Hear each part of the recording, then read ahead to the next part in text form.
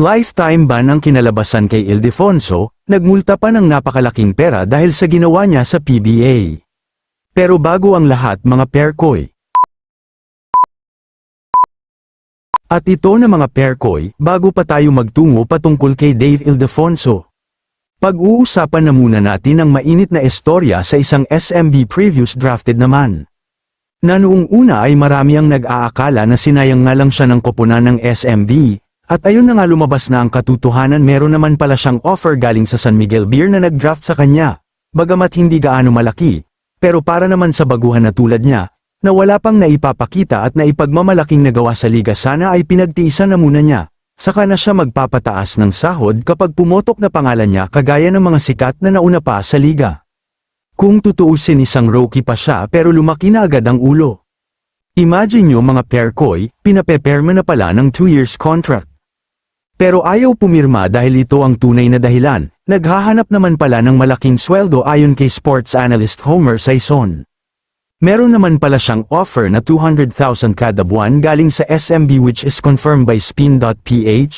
Di pa nakontento mga perkoy, nag-try out pa sa koponan ng Talk in Text tropang Giga, sa pag-aakala na mas malaki pa ang kanyang maging sweldo, pero hindi siya napagbigyan kasi marami nagkomento sa kanya mula sa TNT na masama ang kanyang ginawa na aksyon, at hindi rin siya pwede kuhanin basta-basta mula sa right ng SMB galing sa previous draft season. Pag-uusapan na natin ngayon ang patungkol kay Dave Ildefonso. Magkapareho nga ang nangyayari sa dalawa na rookie, mula sa koponan ng Northport Batang Pier. Simula pala ng madraft ito patungo sa koponan ng Batang Pier, hindi pa ito nagpapakita sa kanilang practice. Hinihintay ba daw ng management pati na ng kanilang head coach na si Coach Bonnie Tan na peperma na ito ng kontrata for 2 years?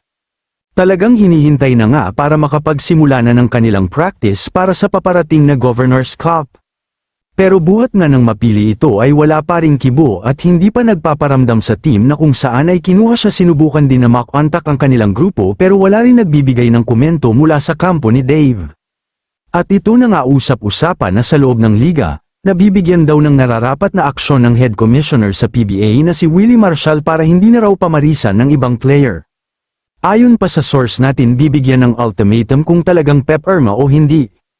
Kung sakali hindi pipirma, ay talagang malakas na sanction ang mangyayari, pwede itong masuspendi o lifetime ban ang maaring kahahantungan kapag hindi na magkakasundo ang dalawang panig at bibigyan na napakalaking multa kapag nagkataon man. Sabi kasi ng Northport management hindi sila kailanman nakipagbiruan sa kampo ni Dave, sana naman po mga perkoy ay magawan pa ng paraan na maplansya pa ang naging gusot nila, para hindi na umabot sa matinding demandahan na mas lalong nakakasama sa mukha ng liga, kaya naman tunghayan natin kung ano magiging kinalabasan sa usaping ito. At dito na muna tayo mga perkoy, kayo ano sa palagay ninyo, comment nyo na sa baba. Maraming salamat po sa panunood.